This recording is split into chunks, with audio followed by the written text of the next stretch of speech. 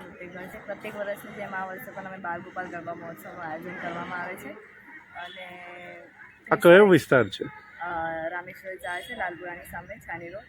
પ્રત્યેક વર્ષની જેમ આ વર્ષે પણ અમે બાલ ગોપાલ ગરબા મહોત્સવ ઉજવવા જઈ રહ્યા છે. આ અમારું 6થું વર્ષ છે.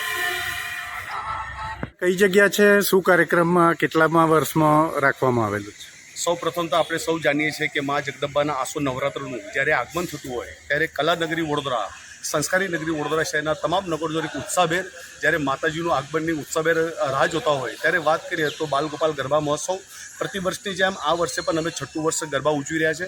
સાથે સાથે વાત કરીએ તો આ એક સ્લમ વિસ્તાર હોવાથી નવાડ, લાલપુરા, ગ્રેફાઇટ કમ્પાઉન્ડ સુધી, શંકરવાડી જેવા રામેશ્વર ચાલના ઘણા એવા બાળકો જે મિડલ ક્લાસના બાળકો અહીંયા ગરબે રમવા આવે છે.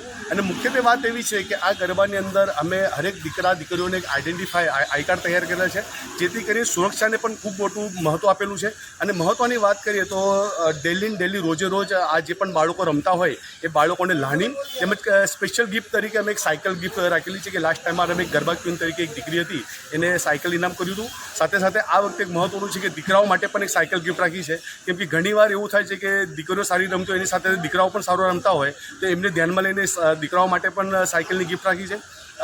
બીજી વાત તમને કહીશ કે જે પ્રમાણે અત્યારે જે ધમાલો જે ચાલી રહી છે, કાયદેસર જે સિસ્ટમથી ફતેગંજ પોલીસ સ્ટેશનમાંથી પરમિશન લઈને આ ગરબાનું આયોજન કરવું છે.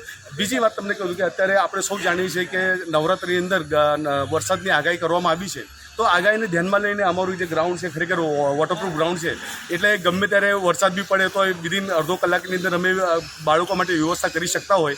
અને ખાસ કરીને એ વસ્તુ તમને કહી દઉં કે અમારી જે આઈ કાર્ડ છે એ આઈ કાર્ડની અંદર દરેક બાળકોનું નામ, સરનામા અને એમને ખાસ કરીને કોન્ટેક્ટ નંબર, કેમ કે ઘણીવાર એવું થાય છે કે નાના બાળકો જ્યારે રમવા આવતા હોય તો હોઈ શકે કે પેશાબ પાણી કરવા જાય ને આઉટલેટ થઈ જાય, તો એ કોઈ પણ છોકરો આઈડેન્ટિફાય થાય ને જે તે ઓર્ગેનાઇઝરનો કોન્ટેક્ટ થાય. અને ખાસ કરીને અમારી રિયા ઉતેકર કે એની ખૂબ સારી મહેનત છે અને મહેનતને ધ્યાનમાં લઈને આજે અમે આ 6થું વર્ષ ગરબા ઉજવી રહ્યા છીએ.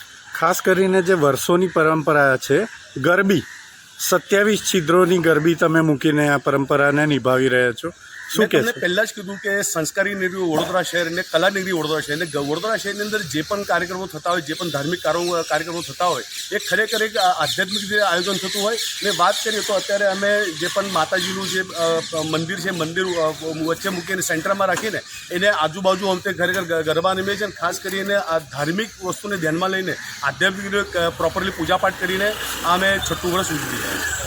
આપનો પરિચય? વિજય જાદવ, આયોજક બાલગોપાલ ગરબા મહોત્સવ.